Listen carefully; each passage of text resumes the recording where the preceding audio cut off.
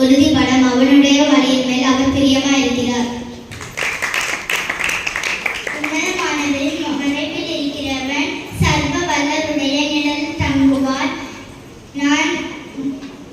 நான் கர்த்தரை நோக்கி, நீர் என் கோட்டை, என் அடைக்கலம், கோட்டை, நான் நம்பி இருக்கிற என்று சொல்லுவேன்.